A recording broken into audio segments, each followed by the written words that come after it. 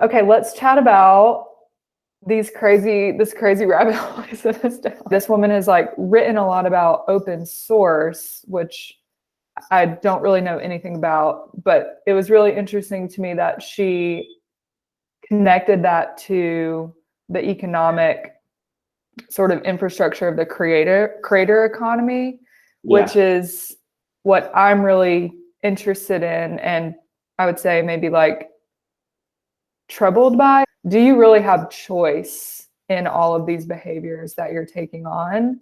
There's no boundary around like how you're kind of selling like your personal identity, your personal health and well-being and all these things. The economics of it are like so unstable, and like the viability of it from like an personal income perspective is so scary to me. Somewhere between 80 and 90% of kids around 10 or 12 say that their top aspiration is to become professional content creators / streamer. Yeah. And I was, like you said, deeply troubled by that aspiration in terms of fragility economically, but also fragility of mind. Yeah. Like when we talk about on one side, a public health, epidemic, as they say, of mental health, which is going to become like the next battle. You then have this thing rising on the other side. People are so, kind of unattached to the long-term mental effects of being that, needy for affection. I totally agree with you. Like, I think that thinking about this as like a public health issue is really interesting. And that kind of externality of mental health is something I've been thinking about a lot for all workers, like everyone who works in the information economy. Like, if you think about the previous economy of like the industrial era, right? Like we had all of these protections in place around physical harm.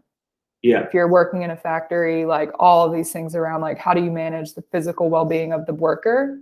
But we don't really have that yet for information work and how it affects your mind and your spirit, right? And then I think like we see that in its most extreme form with creators. The other side of that is like they've now built this like modern media landscape, right? That we really understand how much value is there. Yeah, it's like, how much are you going to pay someone to be your best friend? Yeah.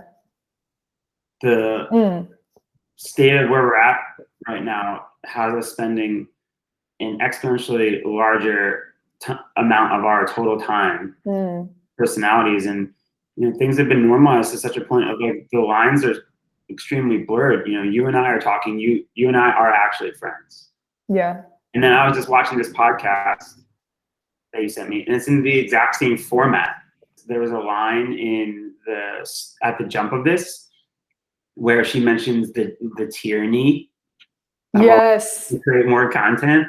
Internet culture and digital culture is likely our #1 governing body in terms of how we conduct our lives. Yeah.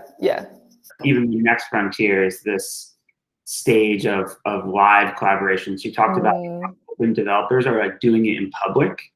A really interesting parallel to where things are kind of headed now with live streaming and these things that push us closer to feeling like we're actually communicating with like a human and seeing all of their sides, and not just the performative side of it, but like the unfiltered side of it is actually so meaningful because our friendships require that. Interesting. I have to say that, as I was like sending you all of these things, I was like, this is such a weird conversation.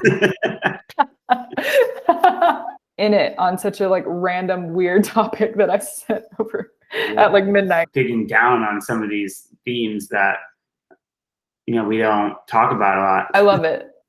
Wow. I feel so much better now.